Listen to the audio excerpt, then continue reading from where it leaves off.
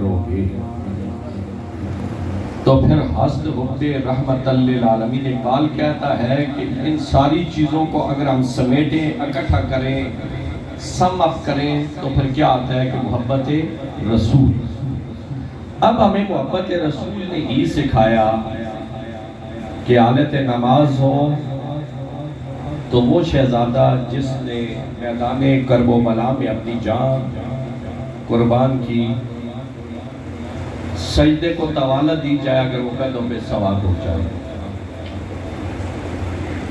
نماز، قرآن، یہ وہ چیزیں ہیں کہ جن میں کوئی تبدیلی نہیں۔ توجہ میری طرف رہے گی، میں اس لیے کوئی لمحہ خطبہ بھی نہیں پڑھا، آیتوں کو بھی نہیں اس طرح کیا، سادے لفظ میں ایک بات کہ آنے کا ایک پیغام میں آپ تک پہنچا سکوں، آپ اسے سمجھ سکیں۔ اگر نماز کی حالت میں سرکار دو عالم صلی اللہ علیہ وسلم سجدے کو طویل کر دیتے ہیں، کس وجہ سے؟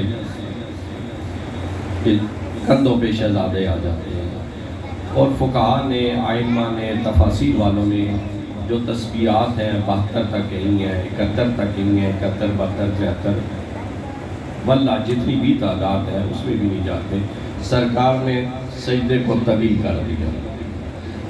اب جس ہستی کے لیے سجدے کو طویل کیا، ایک وقت آتا ہے اسلام پہ کچھ ایسے لوگ قابض ہو جاتے ہیں، کچھ ایسے معاملات اسلام پہ آ جاتے ہیں کہ جنہوں نے کیا کہا جی، شراب پینا جائز ہے۔ ایک فکر سامنے آئی کہ شراب پینا جائز ہے، سود کھانا جائز ہے، اور وہ رشتے جنہیں اسلام نے محرمات میں شامل کیا، مہروں میں شامل کیا، اس حد تک چلے گئے کہ کہا کہ ان کے ساتھ نکاح کرنا بھی جائز ہے۔ میں امام علی مقام اور یزیدی سوچ کے درمیان جو ڈیفرنس ہے اسے کہتے ہیں۔ نماز کی پاسداری نہیں، روزے کی پاسداری یعنی شعائر اسلام کی جتنی بھی عبادات ہیں اس کی کوئی پاسداری نہیں، اور اس حد تک گمراہی اور اس حد تک حالات بدتر ہو گئے کہ انہوں نے وہ چیزیں جو اسلام میں قطعی حرام ہے انہوں نے کہا یہ سب ٹھیک ہے۔ وقت آیا، بیعت کی کیفیت پیدا ہوئی، اور امام علی مقام نے کہا کہ دین کی اس وقت سب سے بڑی ذمہ داری جو ہے وہ میری ذات پہ ہے، اس لیے کہ دین جس ہستی نے ہم تک پہنچایا ہے اس سے اس وقت جو قرابت کا رشتہ میرا ہے وہ کائنات میں کسی اور بندے کا نہیں ہے۔ تو جب امام علی مقام نے اس چیز پہ سٹینڈ لیا تو ان یزیدی طاقتوں نے، ان یزیدی قوتوں نے، ان یزیدی سوچوں نے کہا کہ اگر یہ بندہ سامنے آ جاتا ہے تو پھر کیا ہوگا، ہمارے اقتدار کو دوام نہیں ملے گا، ہمارا جو اقتدار ہے اسے کوئی تقویت نہیں ملے گی، ہمارا جو یہ عارضی جس پہ ہم بیٹھے ہوئے ہیں اپنا فرعونیت کا لباس پہن کر، اسے کوئی بندہ ایکسپٹ نہیں کرے گا۔ تو نے کہا کہ یا تو ان سے بیعت لو، اور یہ یقین اسے کامل تھا کہ بیعت کبھی بھی امام علی مقام مجھ جیسے بندے کی نہیں کر سکتا۔ تو سرکار نے جب امام علی مقام نے بیعت سے انکار کیا، پھر کیا ہوا؟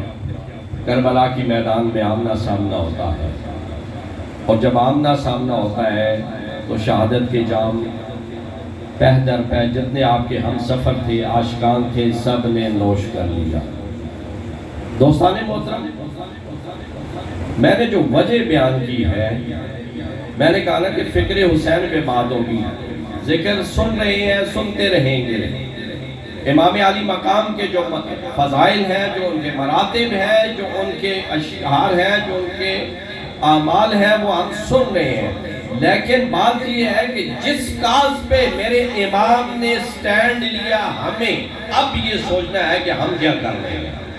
بس آج کا سے the message of night سمجھیں، آج کا رات کا پیغام سمجھیں، جو بھی سمجھیں، وقت ہے اب اس چیز کا کہ ہم نے جو اپنے دلوں کے اندر وہ جو یزیدیت کے بت بنائے ہوئے ہیں انہیں ہم نے توڑنا ہے۔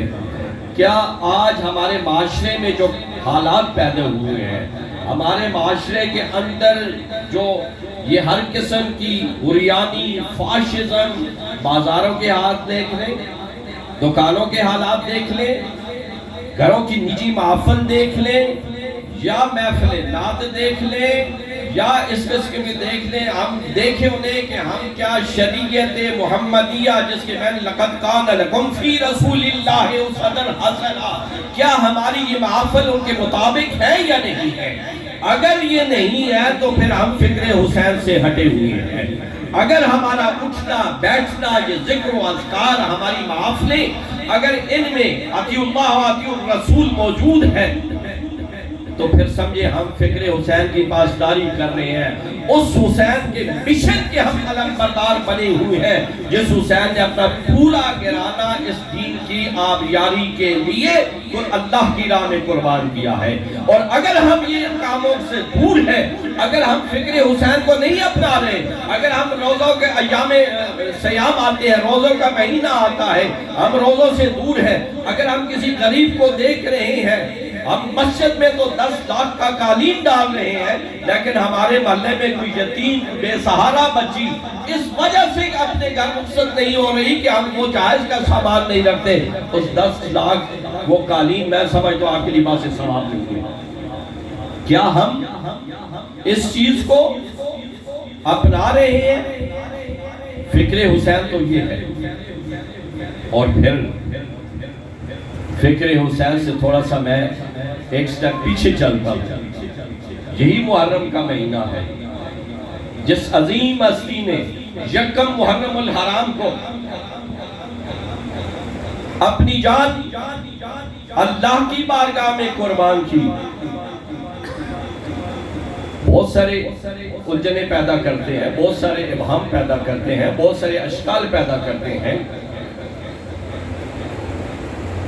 جس کا نام اور وہ عظیم ہستی جو مراد رسول دعائے رسول ہے، کتنے لاکھ پہ ان کی حکومت تھی، 22 ہے، جتنا بھی ہم اس میں بھی نہیں جاتے۔ میں صرف اہل بیت کی محبت دکھا رہا ہوں۔ عبداللہ ابن عمر اور حسنین کے درمیان بچپنا ہے، لڑکپن ہے، کوئی مناقشہ ہوتا ہے، آپس میں بحث و تکرار ہوتی ہے۔ حسنین کہتے ہیں تو اتنی باتیں کرتا ہے، تیرا جو باپ ہے یہ تو کہتا ہے کہ بہت بڑا آدمی ہے، وہ تو ہمارے نانا کا غلام ہے۔ جب گھر جاتے ہیں، بیٹا کس بات پہ چہرے کا رنگ بدلا ہوا ہے؟ کہا ابا جان اس طرح مجھے حسن و حسین نے کہا۔ کہا اچھا تو یقین سے کہا جاؤ نا ذرا یہی بات ان کے ہاتھوں سے لکھوا کر لے آؤ۔ وہی تحریر لکھی ہوئی جب حضرت عمر کے پاس پہنچتی ہے، آپ وصیت کرتے ہیں کہ جب میں دنیا سے چلا جاؤں تو اس تحریر کو میری کفن میں رکھنا ہے۔ اہل خانہ سوال کرتے ہیں ضرورت کیا؟ انہوں نے کہا میرے نام اعمال میں اور کچھ بھی نہیں، یہ تحریر ثبوت ہوگی کہ میں کہوں گا اے مالک کائنات میں تیرے نبی کا غلام ہوں۔ دوستان محترم، کیا ہم نے یہ محبت اہل بیت دیکھی، یہ پیار دیکھا، یہ اطاعت دیکھی، یہ الفتیں دیکھی، یہ قرابت داریاں دیکھی؟ آج کے اس دور میں تو ہم تقسیم کر رہے ہیں، صحابہ کو بھی تقسیم کر رہے ہیں، اہل بیت کو بھی تقسیم کر رہے ہیں، لیکن کاش ان کی نظریں ان احباب پہ بھی ہوتی، ان اوراق پہ بھی ہوتی، ان جو سنہری حروف سے لکھے جانے والی چیزیں ان پہ بھی ہوتی ہیں، لیکن ہم اس سے دور۔ اور پھر جب حسنین و کریمین اپنا یہ سفر شہادت مکمل کرتے ہیں ہوتا ہے تو پھر ایک سوچ پیدا ہوتی ہے کہ شاید ہمارا جو یہ عارضی اقتدار ہے اسے اب دوام مل گئی، اس لیے کہ راستے کا وہ جو بہت بڑا رکاوٹ تھی وہ ہٹ گئی ہے، لیکن تاریخ نے بتلایا ہے کہ یزید کا تذکرہ ختم ہو چکا ہے. اگر آتا ہے تو کس انداز میں؟ لعنت کے انداز میں. لیکن میرے حسین کا جب بھی ذکر آتا ہے تو اس انداز سے کہ دلوں کو سکون ملتا ہے، بے راہروں کو راستے کی نشاندہی ملتی ہے، بے منزلوں کو منزلوں کا نشان ملتا ہے، بے ادبوں کو اگر ہم فکر حسین کو، ذکر حسین، محبت حسین کے اگر واقعی ہم سچے عاشق ہیں تو پھر ہمیں سوچنا چاہیے کہ کیا جب 5 وقت سے آذانیں آتی ہیں، صدا آتی ہے حی علی الفلاح حی علی الصلاح، یہ صلاۃ کی اور فلاح کی جب آواز آتی ہے تو کیا ہم مساجد کا رخ کرتے ہیں؟ ذکر حسین کی محفل سجانے والوں، ان چیزوں پہ جب ہم غور نہیں کریں گے، کیا ہماری زندگی کا ہر لمحہ محبت حسین میں بسر ہو رہا ہے؟ اور محبت کا تقاضا کیا ہے؟ بنی اسرائیل کا ایک شخص ہے، وہ حضرت موسیٰ کی نقل اتارتا ہے کہ موسیٰ ایسا ہاتھ پہ کھنڈی پکڑتے ہیں، آسا پکڑتے ہیں، لاٹھی پکڑتے ہیں، اس طرح کپڑے پہنتے ہیں، اس طرح چلتے ہیں، اس طرح اٹھتے ہیں، اس طرح بیٹھتے ہیں. محبت سے نہیں، تنقید سے، کسی پیار سے نہیں، کوئی اتباع سنت سمجھ کر نہیں کر رہا، صرف نبی کی مذاق اڑانے کے لیے کر رہا ہے. مر جاتا ہے، چلا جاتا ہے، فرشتوں میں کشمکش، جنت اور جہنم کے تقاضے شروع ہو جاتے ہیں. بارگاہ خداوندی سے آواز آتی ہے کسی جنت میں لے لو. تو یہ اللہ، اس نے تو ساری زندگی تیرے نبی کی مذاق اڑائی. اللہ کہتا ہے فرشتوں، اس نے اولیاء تو بنایا نا میرے نبی کا. میری غیرت گوارا نہیں کرتی کہ جس نے موسیٰ کا اولیاء بنایا، کپڑے، لباس، چہرہ، داڑھی اس طرح رکھی، میں اسے جہنم میں جلا دوں. تو ایمان والوں، میں آپ سے سوال کرتا ہوں، اگر آپ محبت حسین میں اپنے چہروں کو سنت مصطفیٰ سے جگہ پگا لیں گے تو کیا آپ جہنم میں جائیں گے؟ فیشن سمجھ کر نہیں، محبت مصطفیٰ، سنت مصطفیٰ کو سامنے رکھ کر جب آپ 5 وقت کے لیے خانہ خدا میں آئیں گے اور یہاں آ کر وہ ایکسرسائز نہیں کریں گے، نماز پڑھیں گے. نماز میں اور ایکسرسائز میں بڑا فرق ہے. حضرت علی کرم اللہ وجہہ ایک جنگ کے دوران ان کی پنڈلی میں تیر پیوست ہو جاتا ہے. جراح آتے ہیں، ڈاکٹرز آتے ہیں، طبیب آتے ہیں، اس کی پنڈلی سے تیر نکالنے کی کوشش کرتے ہیں. آپ کا وجود سخت تھا، وہ نہیں نکل رہا. ہوتا کیا ہے، جب یہ بات سرکار دو عالم صلی اللہ علیہ وسلم تک پہنچ گیا تو میرے آقا نے کہا جب علی نماز میں کھڑا ہو نا تو پھر تیر نکال دو. حضرت علی کرم اللہ وجہ نماز میں کھڑے ہوتے ہیں، تیر بھی نکل جاتا ہے، بینڈیج پٹی بھی ہو جاتی ہے. جب آپ نماز سے فارغ ہوتے ہیں کہتے ہیں تیر نہیں ہے. کیا ہوا؟ کہا علی جب آپ نماز میں تھے تیر نکل گیا. سرکار نے کہا جب علی نماز میں کھڑا ہو نا، حضور نے کہا نا کہ جب آپ نماز میں کھڑے ہو تو 2 یقینوں میں ایک یقین کامل ضرور رکھیں. کون سا؟ پہلا یہ ہے کہ ہم اللہ کو دیکھ رہے ہیں. ایمان کی اس کیفیت، اس ڈگری پہ ہم نہیں ہیں، اس مرتبے پہ نہیں ہے، تو یہ یقین ہو جائے کہ اللہ ہمیں دیکھ رہا ہے. لیکن علی کرم اللہ وجہہ وہ ذات عظیم ہے.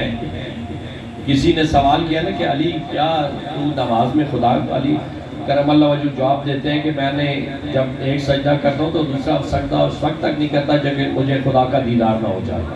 تو دوستان محترم، اس علی کے لال کا آپ ذکر کرنے بیٹھے ہیں، اس علی کے لال کی محفل سجا کر بیٹھے ہیں، تو یہ میں سوال چھوڑنے جا رہا ہوں کہ ہمیں اپنا احتساب، ہمیں سیلف اکاؤنٹیبلٹی کرنی چاہیے کہ کیا ہم ان نفوس قدسیہ کی جس کاز کے لیے انہوں نے جان دی، جس طاغوتی طاقتوں کے سامنے، جن اسلام کے مخالف رویوں کے آگے اپنی جانیں قربان کی، کیا ہم ان رویوں کو کنڈیم کر رہے ہیں؟ ان کی آگے اپنے اچھے اعمال کی وجہ سے کوئی دیواریں کھڑی کر رہے ہیں، کوئی پل باندھ رہے ہیں، یا ہمیں اسی راہ پہ چل رہے ہیں؟ یزید نے کہا شراب پینا جائز ہے. دیکھیں ہمارے معاشرے میں ایسے لوگ یقیناً موجود ہیں. حسنین نے کہا دوسرے کو آنکھ نہ کھاؤ. آج دیکھ لیں آپ کے شہر میں کتنے قبضہ لوگ ہیں. اسی طرح میرے آقا نے کہا، اور حسنین جس بات کی ترجمانی کر رہے ہیں کہ بیٹیوں کو وراثت میں حق دو. میں ایک جگہ بیٹھا ہوں گا تو کچھ بات ہو رہی تھی، کہتے جی وہ بہنا حصہ لیندیا نہیں. میں نے کہا یار یہ بات تو میں نے سنی ہے کہ بہنیں حصہ نہیں لیتی. آج دن تک کسی بھائی نے کہا کہ میں حصہ نہیں لیتا، سب بہنوں کو دیتا ہوں. کیوں جدوں صاحب؟ تو پھر ہم کیا کر رہے ہیں؟ پھر ہم ذکر حسین کا حق ادا کر رہے ہیں یا ذکر حسین کے مخالف چل رہے ہیں؟ سرکار نے کہا کہ اگر آپ گھر میں کچھ ایسی چیز پکاتے ہیں جس کی خوشبو پڑوس میں کسی غریب کے بچے کی جو بھوک ہے، اشتباہ ہے، اسے بھڑکا رہی ہے، تو کچھ پانی زیادہ ڈالو نے دے دو. اگر اتنی بھی طاقت نہیں تو اپنے چولہے کا رخ ایسا کرو، اس انداز میں رکھو کہ وہ خوشبو اس غریب کے بچوں کو تنگ نہ کرے اور وہ باپ اپنے بچوں کے سامنے بے چارگی کی تصویر نہ بنے. ہمارے ڈرینج میں کتنے کھانے ضائع ہو رہے تھے، کبھی ہمارے دل میں یہ خیال آیا کہ پڑوس میں بھوک ہے اسے دے دیں؟ تو پھر کیا ہم ذکر حسین کر رہے ہیں؟ اسی طرح آپ باقی چیزیں دیکھ لیں. نمازوں پہ ہم ناز کرتے ہیں، روزوں پہ ناز کرتے ہیں. جب لا الہ الا اللہ محمد رسول اللہ کہہ لیا ہم اس سرکل میں آ گئے. اب دل مانے نہ مانے، خوش ہو نہ ہو، ہم نے نماز پڑھنی ہے. یہ فرائض ہے.